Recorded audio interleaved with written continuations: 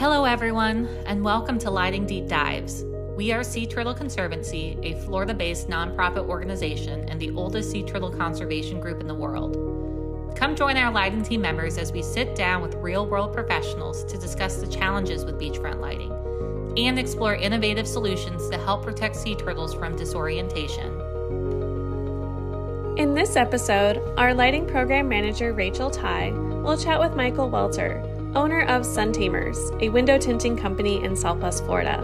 They will discuss common concerns about using a lower tint transmittance, the benefits of effectively tinting your home, and how our tinting decisions can better protect sea turtles.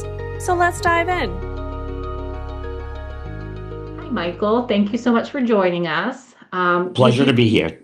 Would you please tell us more about yourself, your company, and your history working with window film in the industry?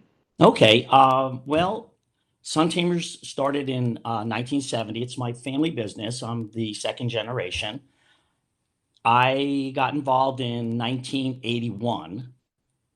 I'm a window tint nerd, the oldest window tint nerd you'll find. So our business was started on residential and commercial windows. Most window tinting is, people know it as auto tinting. We're a different type of company. We are energy conservation minded. What experience do you have working with interior lights in terms of them impacting sea turtles on nesting beaches? Well, starting several years ago, we started running into customers who were having trouble with their interior lighting on their rental properties in particular, and hotels and what have you, because the blackout shades don't really work that well at night for the vacation community. Having them put them down at night and putting back up in the day, it's pretty tough to do. So they were looking at other solutions, and we got involved in putting on window films that would lower the interior lighting that was passing through the windows to the outside. And then sometimes customers had too much lighting anyway and had to adjust down a little bit their lighting. But in most cases, people didn't have to do anything once we adjusted the light level of the visible light transmission through the windows to the outside at night. Okay, so we're going to talk, I think you mentioned this a little bit, but we're going to talk a lot about visual light transmittance or VLT. That's wonderful. Can you describe what that is for people watching? So visible light transmission is a percentage of the light that will pass through a window. And a window will, during the day, will reduce the light coming in, and at night, reduce the light going outside. And of course, for the sea turtles, it's all about the light coming from the inside, going to the outside at night. Visible light transmission only works if the light is not too strong in your place. Sometimes people just have way too much night light in their living space, and they have to reduce that also. But visible light transmission does not have to wreck people's views in and out of the glass, because what wrecks the view is color shift or color change. Looking out and looking at the Gulf or the ocean, and it's gray instead of blue. And that's the biggest problem with window filming, is to color correct the film on the windows. And if we do that, reducing the light level going in and out of the windows, if done properly, will result in Conservancy and energy savings and happy people, not having to worry about getting in trouble with the blackout shades not being deployed. Well, kind of to that point, there's a lot of ordinances for sea turtle protection along the beach that require a visible light transmittance of 45% or less. Now, Correct.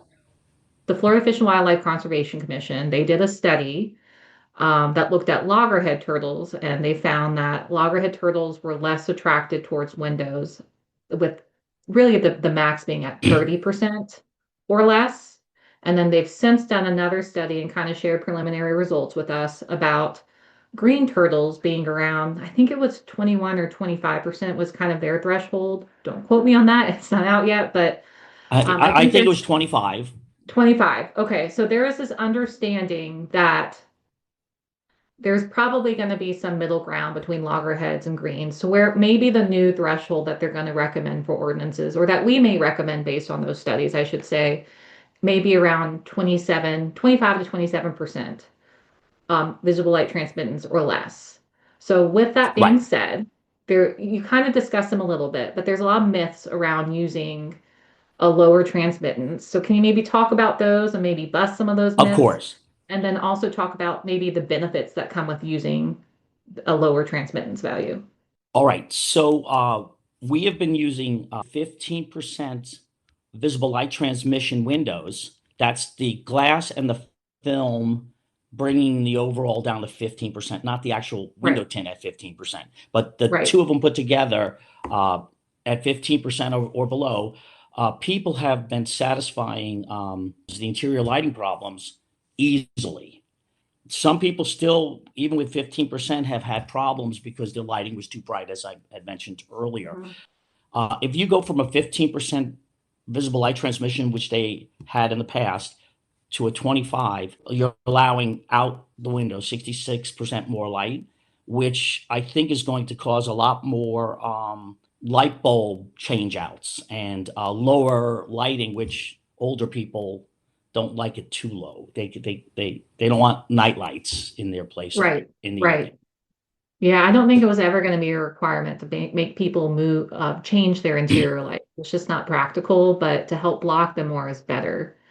I know a lot of people have concerns about warranty with going 15% and that potentially cracking windows or even 20%.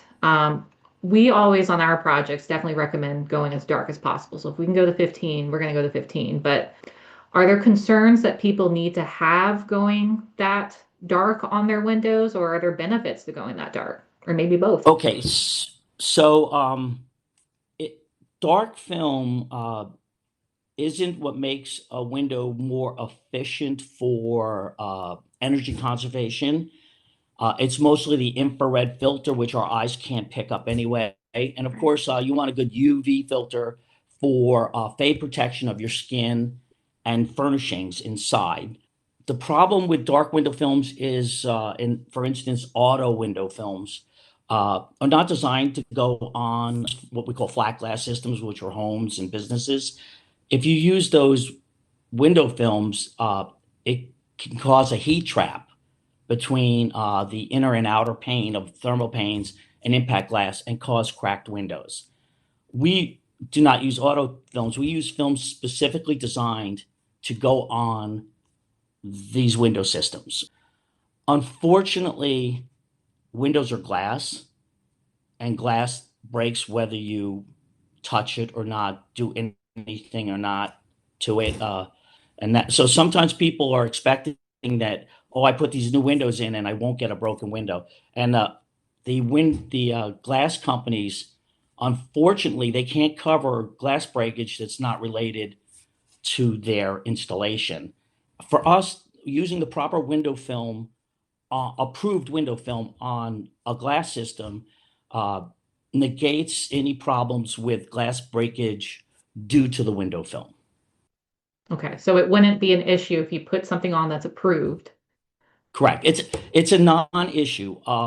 The Okay. glass companies have a list of things that will cause your windows not to be covered under warranty. Yeah. Glass company, if you put a glass system in from a reputable companies, two things are going to happen. One is you're probably not going to have any problems.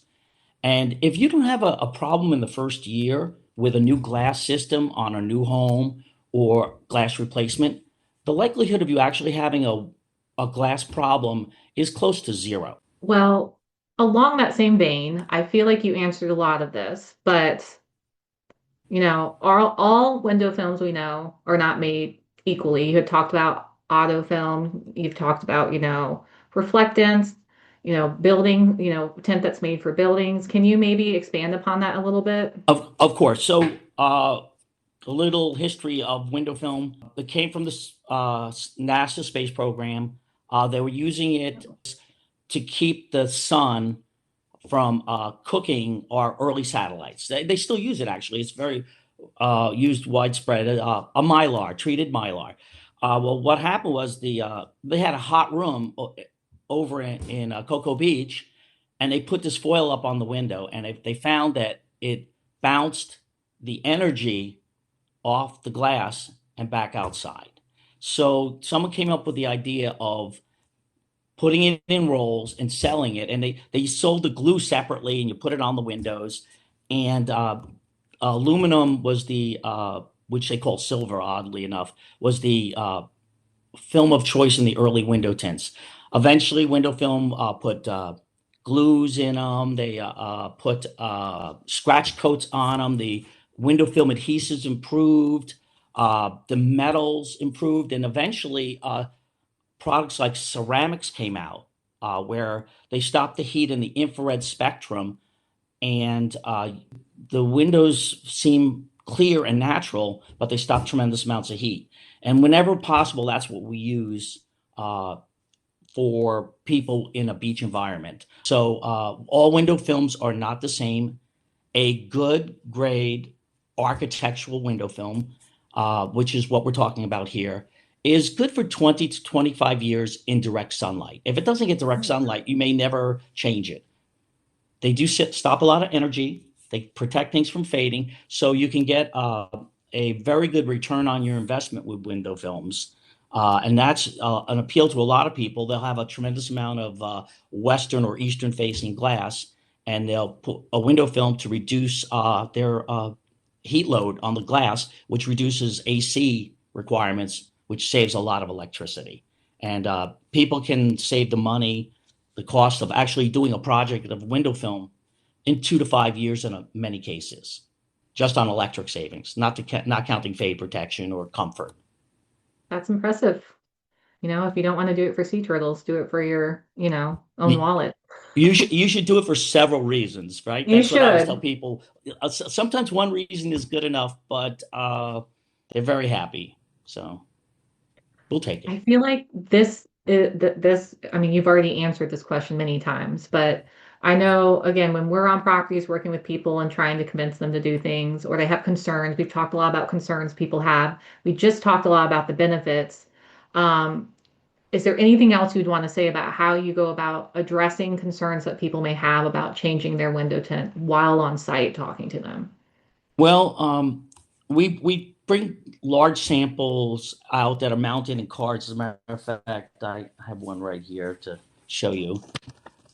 We bring these out, and people will use them like a pair of sunglasses. I'm going to cover the my camera here, and I want you to show you how this. It looks like there's a lot here, but once the camera adjusts to the light change, like the human eye dilates to the light change, it'll almost feel like I didn't put it on there. So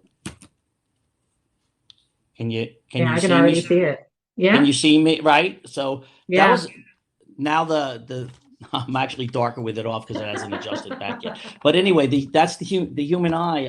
When you tint and you're looking at the sample, you're going, wow, I'm going to wreck my view. I'm like, no, you're not. Your eyes are going to relax and dilate the light change, most of the light change out. As this is a ceramic, this level of ceramic, which is our heaviest, people can't tell we put it on. So the biggest problem for the window filming is to saying yes to doing it. Once you've done it, there's very few people that would regret. Most people are very happy, and we come recommended all the time because of it. So can't be too bad if everybody's recommending us.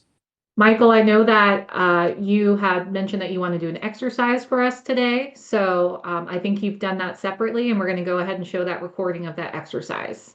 Yes, here it is. Hi, everyone.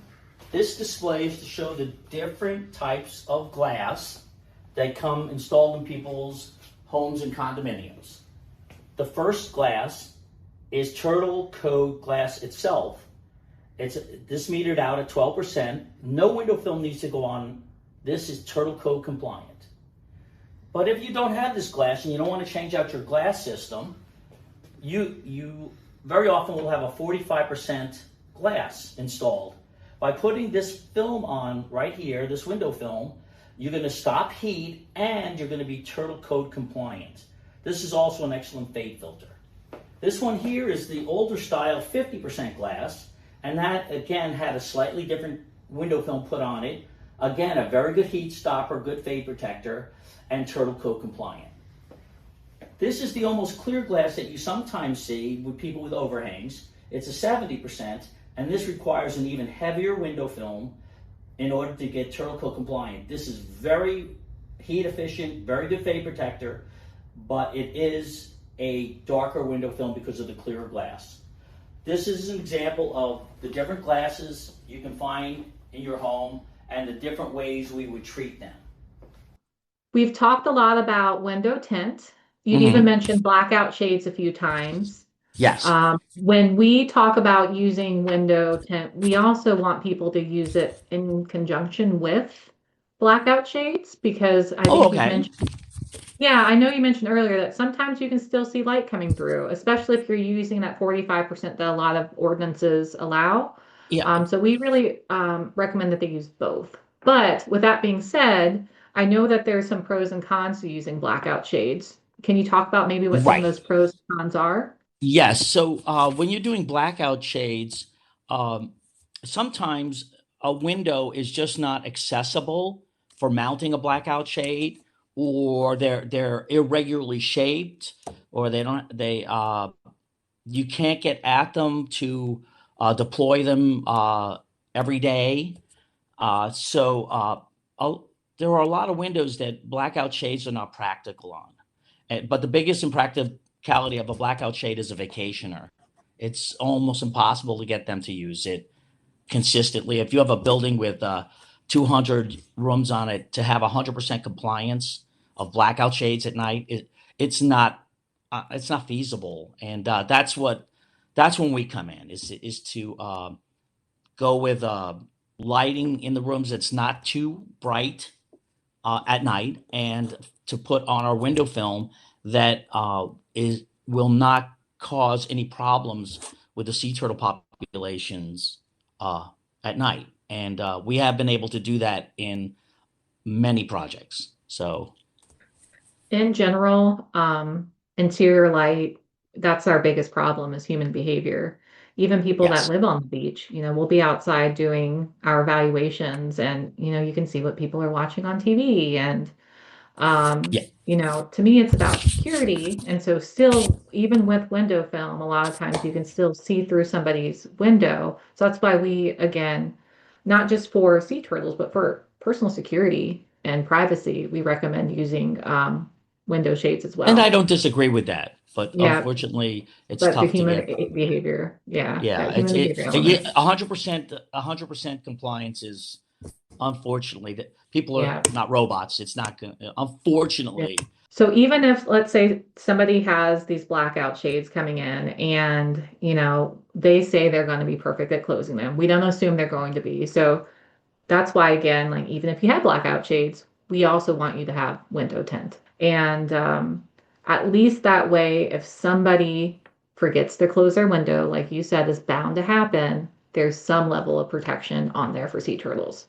There are educational things that we do. We have window clings that we put up in resorts that try and help remind people to close their windows. We have worked with resorts that leave messages for their guests when they come stay, that remind them at night to turn off the light or close the windows. I've stayed at places that do that and get really giddy and excited when they do that, but not everyone does. Yeah. Oh, yes. People are very happy to help. Window films can be very beneficial. And obviously we're talking about sea turtles, and we've greatly changed the sea turtle environment by building on their habitat, nesting habitat. And if people can do this to their windows and greatly impact in a positive manner the sea turtle population, I think most people are on board with it. Thank you so much for You're welcome to do this, Michael. We really, really appreciate it. It's truly helpful to talk to somebody in the industry and understand things from different perspectives. Thank you.